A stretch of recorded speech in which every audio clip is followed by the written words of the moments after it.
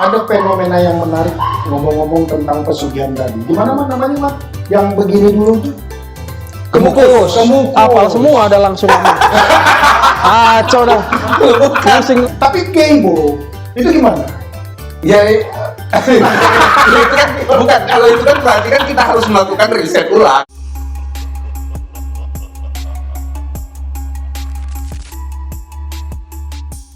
Jumpa kembali bersama saya Indi Sujawe, masih di Candi Pondok Cabe di rumahnya Mas Leonardo Limba di channel Spiritual Indonesia. Kali ini saya berdua bersama kawan-kawan di sebelah kanan saya, ini di tengah Profesor Hendra Iskander, dan yang paling ujung itu adalah Dedi Ariku yang selalu berada di belakang layar. Ada banyak yang ingin kami bahas pada malam hari ini, terutama tentu saja tentang spiritual menurut pemikirannya masing-masing. Ini ada spiritual tantra, ada spiritual neuroplastisitas sistem, Spiritual system, neuralism ya. Dan saya suung sajalah. Apa yang kita bahas pertama kali adalah tentang spiritual. Aduh.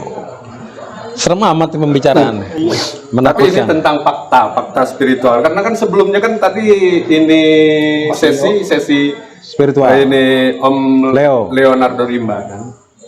Dia menceritakan tentang fakta spiritual. Setelah terbuka mata ketiga, bukan berarti otomatis masalah kehidupan itu udah langsung selesai. Kita tetap akan mengalami stres, kita tetap akan mengalami depresi, kita tetap akan mengalami berbagai masalah-masalah kehidupan. Itu faktanya. Dan tetap menua. Pasti menua. Pasti menua. Bukan awet muda, awet tua. Iya. Kalau awet muda banyak, saya mah awet tua saya. Jadi artinya fakta-fakta tersebut ya memang harus diketahui bahwa mau terbuka mata ketiga, mau sudah berada di kondisi suung yang paling dalam atau yang paling atas, Mau tantra atau sudah tinggi. ini artinya menyelami palung Mariana Tantra, juga tetap artinya mengalami masalah-masalah Ya senang kehidupan. banget ya, Palung Mariana. Istilahnya kan berarti saking dalamnya. Oh iya. Tantranya udah dalam banget, ternyata faktanya juga masih sakit ya kan? Nah, ya harus sakit. Supaya ngerti Harus tua. Harus tua. Nah, harus tua. Ya artinya Dalam bahasa saya, bahwa ilmu yang paling sulit untuk dijalani itu adalah jujur pada diri sendiri. Dan ilmu yang tertinggi adalah mentertawai diri sendiri. Jadi kalau gua sih sepakat dengan Mas Leo tadi, apa yang dibilangnya, walaupun sudah sampai tercerahkan dengan mata ketiga, mata ke-10 juga, tetap aja kita manusia. Dan selama manusia berada di dunia, tetap akan mendapatkan persoalan-persoalan. Ya kalau kayak gitu kan Nabi nggak turun. Kalau nggak ada begitu. Fungsinya Nabi turun tadi ya. Iya, kalau kayak gitu Buddha kagak ada. Oh, benar juga. ya kalau nggak gitu juga kita mungkin juga nggak mendirikan komunitas spiritual Indonesia. Dan mungkin nggak ada di sini kali ya. Eksistensinya hilang. Oke, secara umum, menurut dulu lah, walaupun pernah kita bahas di segmen sebelumnya, ya. Ini kan kebetulan kita bertiga nih. Nanti kita gantian nih. Menurut lu spiritual itu yang bagaimana sih? Ya, gue mungkin ingin ngambil satu kisah ya. Jadi ada sahabat kita, sahabat senior kita yang sudah awet tua banget. Salam di alam gaib buat almarhum Mas Koko Rajasa. Semoga sukses Mas di alam sana. Gitu. Beliau terakhir bikin mantra. Dia bikin mantra. Nah, waktu pemilu di era itu ya, awawo awiwi gitu mantranya. Awawa awiwi ajum ajum gitu. Gitu. Oke. Karena apa? Ada orang yang bertanya sama Mas Koko, Mas kasih mantra untuk pesugihan dong gitu. Mantranya apa? Tarajem. Gitu. Pengertiannya apa? Sebetulnya mantra kan sugesti. Di Mas Koko ingin menjelaskan kepada kawan yang minta petunjuk tentang pesugihan bahwa harus ada trigger gitu. trigger yang memacu pikiran kita untuk mencapai apa yang kita dapat. Dipikir Mas Koko nggak serius. Tadi ditanya, Mas, ritualnya apa? Berendam di jamban. Dilakonin. Iya, dilakonin. Sama yang menanyakan itu tadi. Nah, Kebetulan yang nanya pada Barat itu siapa? ya ada kawanan nanya. Ini namanya ilmu pesugihan kandang bubrah. Kandang? Bubrah. Apa itu? Yang pesugihan ada ngipri monyet, babi ngepet, macam-macam. Ini semua binatang ada, tinggal pilih. Namanya kandang bubrah. Tidak. Spiritual. Terus. Nah, untuk ngumpulin binatang-binatang pesugihan ini disediakan tempat khusus di jamban. Jadi memang ada kita siapin sebuah jamban di daerah, kalau nggak salah daerah Condet ya. Memang dilakuin gitu. Itu isinya memang kotoran. Ya memang kotoran, jamban. Ya jamban nggak mungkin isinya Nggak, ini emas. ada kursi, Nggak ada ada. ini, Terus dia karpet. ngapain? Iya, terus dia ngapain di jamban itu? Berendam di jamban untuk memahami esensi Kekayaan tadi, pesugihan. pesugihan. Oke. Ditanya apa dasarnya? Orang kalau ngimpi nginjek tai itu kan dapat rezeki. Konsepnya. Konsepnya begitu. Ide dasar, ide dasar. Di ide dasarnya. Ndra, gue ngimpi berak, kemalingan. Kan begitu orang tua kita. Ndra, gue dapat bayi, mau sakit. Ndra, gue ngimpi begituan sama orang tua, mau dapat rezeki. Yang ngimpi sering terbalik tuh. Gitu kan. Jadi sama Mas Koko dibalik konsepnya. Dia gunakan analisis mimpi untuk menciptakan ritual-ritual yang memang menjadi ada dasarnya gitu. Dan memang mantranya juga aneh, aja jam gitu. Terus dia di jamban itu pakai mantra juga? Nyelam. 1, 2, 3 nyelam. Nggak kebayang. Karena ada beberapa teks keagamaan yang menyatakan salah satu siksaan di penjara itu adalah nyelam di jamban. Kalau nggak salah warkop kan. Puncak siksaan tertinggi lah ya. Iya. Itu mau warkop itu. Iya, warkop cerita, ya kan, cerita warkop bahwa siksaan yang paling ringan itu ada suruh milih neraka kan, disuruh masuk ke api disetrika nggak mau, adanya cuma jamban. Itu siksaan yang paling ringan gitu. Tiba-tiba ada sirine ngoeng, waktu menyelam dimulai. Waktu istirahat selesai, silakan menyelam kembali. Dan Beatles ada lagu yo, Yellow Submarine. Oke. Yellow Submarine, Yellow Submarine, apa sih Yellow Submarine? Ya nanti kita searching lah. Enggak, kapal selam kuning. Ya tokai lah. Oh ya. Iya. Baru nggak gue tuh beneran. Iya. Orang Amerika kalau dapat rezeki itu bukan my God, oh shit, tai. Orang bilang Amerika bilang bohong, bukan you lie, bullshit. Iya. Tai sapi. What the shit? Kalau nggak Apa shit, tai lu? iya. Apa tai lo? Tai lu gitu kan. Ngomong pergi itu bukan kepala tapi pantat, move your ass. Bukan bat tapi ass. Jadi identifikasi rezeki itu ya kayak tai. Dikunyah. Nggak jauh-jauh dari pantat berarti ya. Yoi. Oke, lanjut. Yoi. Berhasil atau enggak ini? Ya, Ritual ceritanya ini gimana ya. ritualnya? Berhasil. Wah, akhirnya dia melakukan itu beneran. Ya, entah kebetulan atau tidak, dia dapat warisan. Akhirnya seorang warisan di Kemang yang harganya sekian M, itu sukses. Oke. Cium tangan lah berarti sama si siapa tadi namanya? Mas Koko Rajasa. Kita konsep ini Konsep jamban. ritual jamban. Gitu. Monolog jamban sehubungan dengan, sorry ya, ketika selesai pemilu, itu banyak sekali oportunis yang mencari pesugihan-pesugihan dengan investasi-investasi di kala itu. Jadi Mas Koko juga memprotes secara sosial dengan memberikan protesnya dengan mantra awowo awiwi gitu. Kita ngerti lah awowo awiwi itu apa gitu. Tapi itulah yang terjadi. Itu sekedar anekdot. Tapi dunia spiritual kayak Mas Dedi, kayak Mas Leo, dunia spiritual yang humor itu tampaknya lebih disukai publik daripada dunia spiritual yang serius. Gitu. Saatnya kita nggarap Dante komedi. Jadi berarti kita jadi pelawak ya. Jadi bukan jadi spiritualis lagi itu. Ya warkop kan sebetulnya sangat spiritual. Oke. Bawa pesan-pesan sosial, pesan-pesan politiknya Dono Kasino Indro itu selalu nyampe. nongkrong di warung kopi, nyentil sana dan sini, sekedar suara rakyat kecil, bukannya mau usil bapak-bapak, ibu-ibu, emak-emak kan itu. Nah, itu kan pesan-pesan luar biasa kan gitu. Mr. Bean itu juga sangat spiritual. Dia bisa menyampaikan pesan tanpa ngomong. Itu juga profesor ya katanya ya? Oh, profesor. Profesor. Iya. Nah ini kembali ke ini tadi, berarti ini ritual ini berhasil dong. Berhasil men-trigger bawah sadarnya deh. Gitu. Bawah sadar tertrigger, akhirnya dia menganalogikan bahwa warisan itu ya kotoran. Gitu. Iya. Karena Artinya rezeki itu sendiri adalah kotoran. Iya, kalau nggak keluar ya, kalau nggak diare ya sembelit gitu. Harus.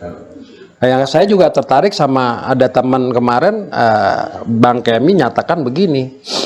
Rumusan lo apa Kem tentang pesugihan? Pesugihan itu what's in, what's out. Iya. Tapi dia bilang begini, itu prinsip dasar dari zakat dan sedekah. Bahwa di dalam bagian kita ada hak orang lain. Jadi ketika hak itu tidak keluar, Tentang gue potong dulu. Lu kalau sambil ngomong pakai kacamata nggak masalah? kebetulan 3 hari ini plus gue berkurang. Nggak, maksud gue biar kita tiga pakai kacamata gitu. Oh, ada sih lupa gue. Kacamata plus. Ini plus. Malah burem. Oh, malah burem ya. Iya, ntar kejamban gue lagi. Iya. Terus. Sememan lupa gue. Dejavu gue. Hah? Dejavu Tadi gue. ngomong apa nih tadi? Jadi gini, artinya sebenarnya kan ini tentang ritual tersebut, ya kan? Baik itu dalam bentuk mantra, itu bukan mantranya yang bekerja, tapi Sugesti. sejauh mana orang itu meyakini bahwa terhadap mantra itu. Tuh, sugesti. Dan siapa yang menyampaikan mantra itu, Otoritas artinya memiliki otoritas atau tidak. Tertrigger atau tidak? Kenapa? Karena misal satu ayat atau kita anggaplah Al-Fatihah lah ya, artinya semua orang tahu tentang Al-Fatihah, ya kan? Al-Fatihahnya kan tetap sama. Tapi itu ketika dengan diberlakukan untuk orang, artinya orang, efeknya akan berbeda-beda. Jadi kalau misalnya bahwa mantra itu yang bekerja, maka seharusnya kan ini dalam bentuk dosis dong. Tuh. Dia akan berlaku secara universal. Iya. Artinya Iya. dengan mantra yang sama seharusnya hasilnya sama. Tapi faktanya bahwa dengan mantra yang sama itu hasilnya berbeda. Ada dan ada yang berhasil atau tidak berhasil. Makanya ini kan tergantung sejauh mana mantra itu mampu mempengaruhi kondisi bahasa saya, kondisi emosi dan mental. Berarti bukan bawah sadar. Tuhan yang pilih-pilih ini berarti ya? Bukan. Tapi orangnya itu ya? Ya artinya gini, kita bertiga nih, mungkin menemui satu orang guru spiritual lah ya, yang kita sama-sama percaya misalnya. Kan dikasih mungkin dengan mantra yang sama. Nah, mantra tersebut sejauh mana mempengaruhi kita itu berbeda. Ketika saya benar-benar meyakini mantra tersebut, maka mantra tersebut akan bekerja untuk saya.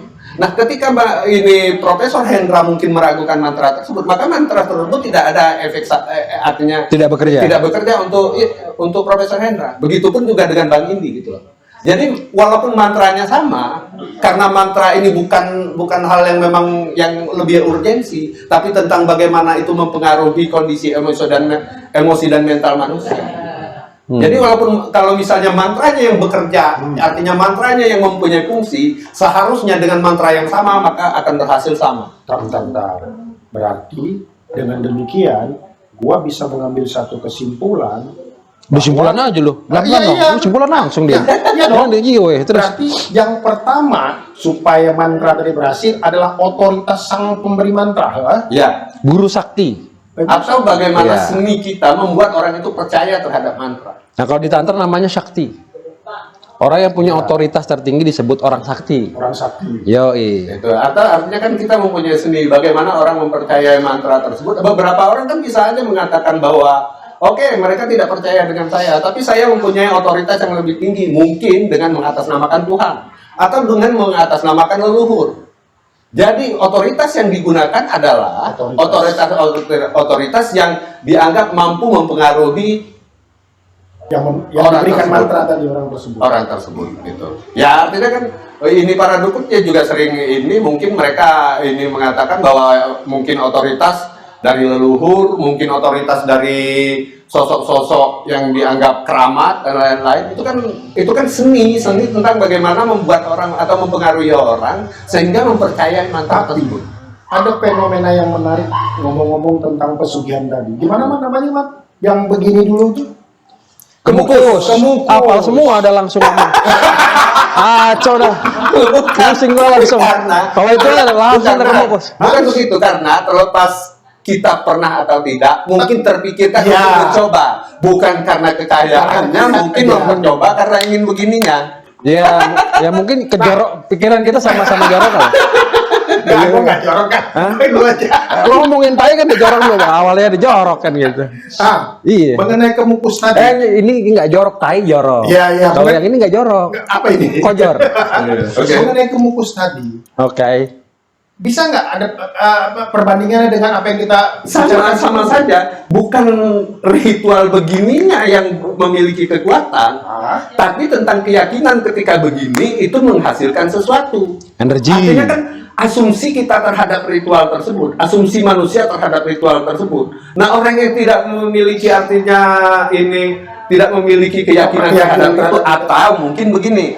Kita nggak tahu bahwa di wilayah kemukus itu dilakukan dengan ritual begitu, dengan ritual begini bahwa itu bisa artinya mencapai sesuatu atau bisa mendapat kekayaan. Misal begini, kita datang nih, kita nggak tahu, kita bawa pacar, numpang begini di sana nggak ada efek apa-apa. Kenapa? Karena kita tidak tahu bahwa di sana itu ritual itu mendapatkan sesuatu. Ya kadang tapi dengar-dengar bukan sama pasangan yang dia bawa. Iya, bukan persoalan pasangan. Jangan diperdalam bro, jangan diperdalam. Yang diperdalam gininya aja. Kalau dengan pasangan, misalnya bukan dengan pasangan. Sekarang begini, kalau kita berarti kan kita udah tahu mekanisme dan cara kerjanya. Sekarang kita bawa orang yang tidak tahu. Misal orang turis dari luar kita bawa ke sana, suruh dia begini di sana, pulang nggak ada efek apa-apa. Kenapa? Karena dia tidak mengetahui. Oke, katakanlah sama-sama percaya, tapi gebo. Itu gimana? Ya, itu kan bukan. Kalau itu kan berarti kan kita harus melakukan riset ulang. Jadi riset lagi. Riset ulang. Bro, rambut gue tumbuh dah. Kacau nih. Riset ulang dong. Jadi intinya adalah bahwa bukan soal mantra atau bukan soal ritual. Ritual makanya itu tadi bukti bahwa kan ritual ini kan cuma ide dari sebuah konsep, gagasan kan, bahwa kalau begini mungkin ini akan memberi hasil. Nah, orang yang menjalani ritual ini tadi yang nggak pakai mikir lagi terus terjun ke jamban ini tadi karena dia mempercayai itu dan itu berhasil gitu loh. Nah, itu juga yang terjadi ketika waktu yang pada segmen yang beberapa segmen lalu saya mengatakan bahwa ketika saya datang dengan Om Leonardo Rimba waktu itu, saya hanya diminta oleh Om Leo bahwa aminkan saja. Dan artinya ketika saya mengaminkan itu karena kepercayaan saya terhadap beliau, maka itu bekerja terhadap diri saya. Bukan satu orang, itu ada ratusan, mungkin ada ribuan yang sudah mendatangi Om Leo juga dengan konsep yang sama. Om Leo selalu mengatakan aminkan saja. Tapi ada beberapa orang yang tidak bekerja dan mereka masih dengan gulung-gulung dengan persoalan-persoalan. Itu perbedaannya, konsepnya sama, aminnya sama, tapi bagaimana dosis amin yang saya terima dengan dosis amin yang orang lain terima berbeda prosesnya. Berarti kan kuncinya tak soal apapun yang dia percayai, tapi yang menjadi soal adalah kepercayaan terhadap apa yang dia percaya, kan begitu kuncinya kan? Begitu. Ya makanya artinya. Kok jadi nggak mau ngomong lu? Bukan makanya artinya. Konsep dari berbagai sistem keyakinan itu semua bekerja. Begitu. Karena ini kuncinya adalah keyakinan. Gitu. Bisa aja artinya konsep dari sistem keyakinan Buddha itu bekerja terhadap orang Buddha. Tapi ketika kita yang tidak mempercaya itu, dia tidak bekerja. Begitu. Bagaimana menurut Profesor? Ya, gue ngambil lagu ini apa? Oh, lagu lagi. Kelly sama siapa yang satu pakai anting tuh?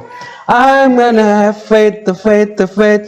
I'm gonna have a faith, the faith, the faith. Yang satu, I believe I can fly.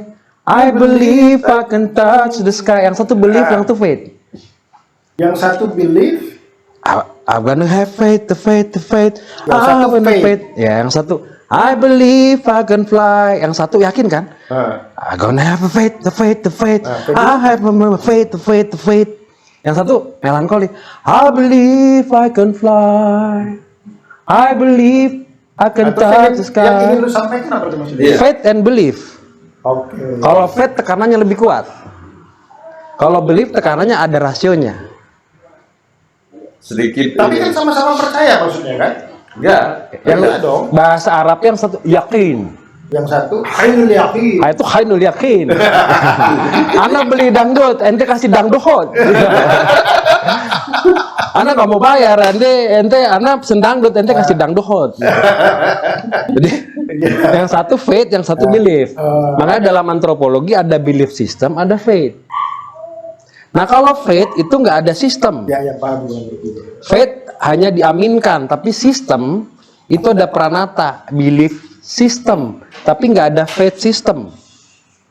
Agama itu bukan faith. Ada rangkaian ritual. Ya, ada belief sistemnya. Ya, kalau Belief di situ system kan berarti ada rangkaian ritual yang mesti ada harus ada dilakukan. rangkaian ritual dan ada pendekatan epistemologinya, ada pendekatan sebab akibat, sebab musabab, kejadian dan rasionya. Tapi kalau kata hakul yakin, nggak ada. Udah yakin banget. Berarti Yakin banget. yang begini itu belief berarti itu ya. Karena Nah, ada biasa- rangkaian ritual. Ya ada sistem. Ada sistem. Ada subjek, ada objek, ada predikat, ada kata kerja, ada kata keterangan. Dia kalimat yang lengkap. Oke. Kalau keyakinan enggak, lo percaya sama A enggak? Yakin, selesai. Lo yakin enggak? Yakin, selesai. Selesai. Kalau percaya dipertanyakan. Percaya apa dulu nih? Gitu. Kalau di dalam Islam itu kan malah justru ada 4 tingkatan. Percaya, yakin, ainul yakin, hakul. Yakin. Nah kalau yang disebut Mas Dedi tadi, Bang Dedi nyebut amin itu tingkatannya mana? Yakin, hakul yakin, ainul yakin. Nah, itu tergantung perasaan dia. Artinya otoritas yang memberikan aminkan saja tadi. Iya. Otoritas Mas Leonya di pikirannya si Dedi. Ya. Ya artinya kan bukan soal aminnya ini tadi, bukan kata-kata aminnya ini tadi, tapi sejauh mana artinya saya meyakini itu. Otoritasnya kan? Ya otoritasnya itu. Artinya kalau misalnya konsep tersebut mungkin diaplikasikan atau dikerjakan oleh orang lain selain ini Om Leo, mungkin berbeda efeknya dengan saya. Tiba-tiba saya datang mungkin dengan Pak Lurah. Saya ngomong dengan Pak Lurah, saya mempunyai masalah di kehidupan yang begini-begini, dan Pak Lurah ngomong, sekarang masalahmu sudah selesai dan kamu hanya perlu mengaminkan. Saya mungkin secara logika, saya nggak bisa percaya. Karena dia lurah. Dia lurah, bukan dukun, atau bukan orang yang saya anggap sebagai ahli dalam spiritual. Konsepnya sama. Semua sama nih, sama kata-kata amin ini tadi dengan konsepnya sama, bahwa kata-katanya bahwa masalahmu sudah selesai, tugasmu hanya mengaminkan. Disampaikan oleh Leonardo Rimba dengan disampaikan oleh Pak Lurah, ini akan menimbulkan efek yang berbeda. Konsepnya sama. Gimana tuh, Bos? Ya kalau ada problem of authority, problem otoritas memang klasik ya. Jadi dalam dunia sekarang itu misalnya ada kawan yang kalau ngomong apa-apa referensi kan. Iya. Gue bilang begini, zaman sekarang referensi, kita menyebut referensi itu, Mas Leo bilang kepustakaan kan, basi. Gitu. Ini nyebut ini Pembuatan data kan, argumen. ada otoritas tertentu yang dibangun dalam dunia digital, banyak teknisnya ya. Frekuensinya lebih sering, lebih padat, lebih solid, dan seterusnya. Kalau dalam kaitan otoritas spiritual, kita juga mau bertanya, misalnya kemarin kunjungan Paus itu kan juga soalan authority, itu kan? Ya. Iya, kalau yang gue tunggu saatnya nanti kalau Dalai Lama berkunjung ke Jakarta, gue pengen lihat tingkatan otoritasnya. Lebih kuat mana efek Dalai Lama dengan efek Paus. Gitu. Atau menunggu Sadguru datang ke Indonesia ya, gitu. Pak Sudev. Kita mau lihat otoritasnya sejauh apa ntar. Apa tergantung umatnya juga? kalau secara secara hitungan setelah Islam itu kan Kristen. Tentu dong yang lebih otoritas itu adalah Paus, karena beliau itu adalah pemimpin terbesar Katolik. Berbeda dengan Buddha. Buddha paling berkelintir kalau dibandingkan dengan Katolik. Nah, kita sebagai eksperimen sosial kita bisa nunggu nih. Seberapa sih Dalai Lama sebagai tokoh bukan Buddhis loh ya, tokoh Nepal atau tokoh Tibet gitu ya, tidak mengacu pada agamanya. Tapi coba bayangin misalnya hari ini Che Guevara masih hidup. Kalau datang ke Jakarta lebih ramai dari Paus tuh. Dan Jakarta kan ramai dengan bendera merah dan akan ribut soalan komunis. Kalau Che Guevara ke sini otoritasnya. Contoh juga misalnya dua orang yang ngekos di tempat yang sama, di Hussein Omar Said Cokroaminoto ada dua orang yang ngekos nih. Idenya sama, mantranya sosialis. Tapi yang satu menjadi Bung Karno, gitu. Sosialisnya adalah Bung Karno dengan konsep dalam tanda petik Nasakom. Yang satu lagi konsepnya syariat Islam nih. Kita bisa nyebut misalnya yang di Jawa Barat lah. Jadi mantranya sosialis, cuman menghasilkan dua output yang beda. Kita bisa lihat bagaimana seorang Host Cokroaminoto punya otoritas. Jadi dasar pemikiran Indonesia yang modern itu ternyata awalnya adalah dagang gitu. Jadi Indonesia dilahirkan dari pikiran dagang karena Host Cokroaminoto bikin serikat dagang. Serikat dagang. Betul. Ya, artinya kalau otoritas, berbicara tentang otoritas ya otoritas itu sendiri berlaku pada orang-orang yang meyakini terhadap hal tersebut. Ya makanya gue bilang tadi itu kan, kalau Katolik itu kan lebih banyak daripada Buddha, bisa jadi mungkin itu akan mempengaruhi otoritasnya Paus ataupun Dalai Lama yang kesini. Itu berbeda dong kan gitu. Iya, ya memang begitu. Kalau ya misalkan contoh yang klasik gitu ya, contoh yang klasik ya di dunia gua ya gitu. Ketika gua ngomong, dunianya di mana? dunia Antabrata ya. Di dunia gua. Dia ketika berarti kita nggak sama dunianya ya. Seorang diabetisi bilang ini ilmunya Dr. Jason Fung loh. Ini Dr. Ekber bilang tai kucing kering loh. Kenapa emang? Ya kenapa harus nyebut nama gitu? Itu nggak important kan sama-sama DM. Terus kenapa nyebut satu otoritas tertentu? Itu falasi itu. Ngerti. Lo berusaha untuk mempengaruhi masuk dalam pikiran gue dengan otoritas itu. Nanti dulu. Sorry gue nyebut tai kucing karena lagi soalnya tai hari ini. Ya nggak ada masalah. Tapi kalau yang mau lebih halus bukan tai kucing. Apa tuh? Sapi. Bullshit. Bullshit. Iya. Tapi kan kalau orang kesel pasti bukan tai kucing, tai anjing. Saking kesel. Iya, kalau tai kucing nggak mungkin. Tai anjing loh, pada sebel tuh. Tunggu dulu ya, tadi belum selesai. Terus? Iya, dia bicara otoritas kan. Ketika bicara misalnya, gue bicara Dr. Jason Fung, bicara Dr. Ekber, seolah-olah itu benar gitu. Tapi gue bilang, tar dulu, kita bicara bukan tentang orang, kita bicara subjek yang kita bicarain apa sih gitu. Kan lu subjeknya. Lah kita bicara kita, ngapain kita bicarain Dr. Jason? Bukan ada urusannya. Iya. Benar juga. Tahan dulu referensi gitu. Kita bicara substansinya dulu, baru bicara apa itu referensinya. Gue bilang, lo orang akademisi, goblok amat sih lo. Gue bilang, kita sama-sama akademisi. Katakanlah akademisi, aku kan amigos, agak minggir sedikit. Dia kan, iya. Dia kan akademisi gedong. Kalau kita kan amigos agak minggir sedikit. Iya. Belum apa-apa sudah bicara tentang referensi. Tar dulu. Kan gue bukan lagi sidang sarjana lo nanyain referensi gue. Gue bukan siswa lo. Lu ngapain lo ngomong referensi doktor ini, profesor? Kita bicara NDM loh. Tapi dalam mantra kan harus bekerja begitu. Nah, itu berarti kan dia sedang masuk ke dalam gua. Gitu. Mantra harus ada siapa sosok si angker-jangkarnya. Ini si otoritasnya. Iya. Iya, sekarang saya kasih satu mantra, misalnya satu mantra pelet ya. Tunjukku Sriorio sekali kutunjuk Tegilo-Gilo. Puah. Udah selesai itu mantra. Betul. Tapi ketika mantra ini dibaca oleh orang dengan tanpa melalui proses tertentu itu tidak bekerja. Betul. Jadi gue sadarin bahwa ketika dia bicara otoritas kan berarti dia sedang menjangkarkan. Iya. Melalui itu. Iya, gue Dia pinjam sadar. otoritas lain untuk menguatkan otoritas dirinya kan gitu kan maksudnya kan. Iya. Mempengaruhi terhadap ini tadi apa yang ingin disampaikan, gitu. Jadi, Dan apa yang ingin disampaikan dan apa atau yang mau dipengaruhi dikuasai. oleh Betul. otoritas. Berarti ini tidak bekerja sebagaimana, artinya bekerja secara universal. Ada otoritas tertentu nih. Harus dipengaruhi oleh otoritas. Ya sama mantra juga kan begitu. Iya kan gitu. Mantra ini tergantung siapa yang menyampaikannya. Ketika yang menyampaikan Dalai Lama itu akan berbeda walaupun yang mantranya sama.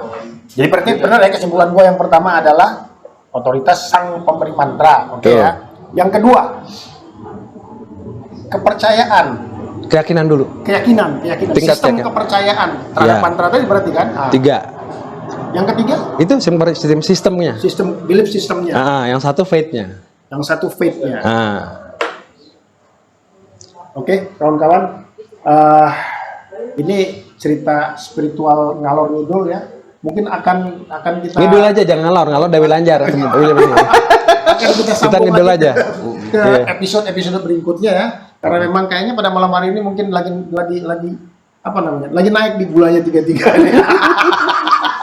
Makanya ngomongnya pada ngaco. Terima kasih, jangan lupa subscribe, like, and comment, dan share juga. Oke.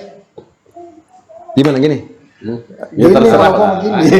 Jangan ada yang sama. Kalau gua begini 8. 5 otoritas 5. Ini 5. Infinity. Oke. Oke.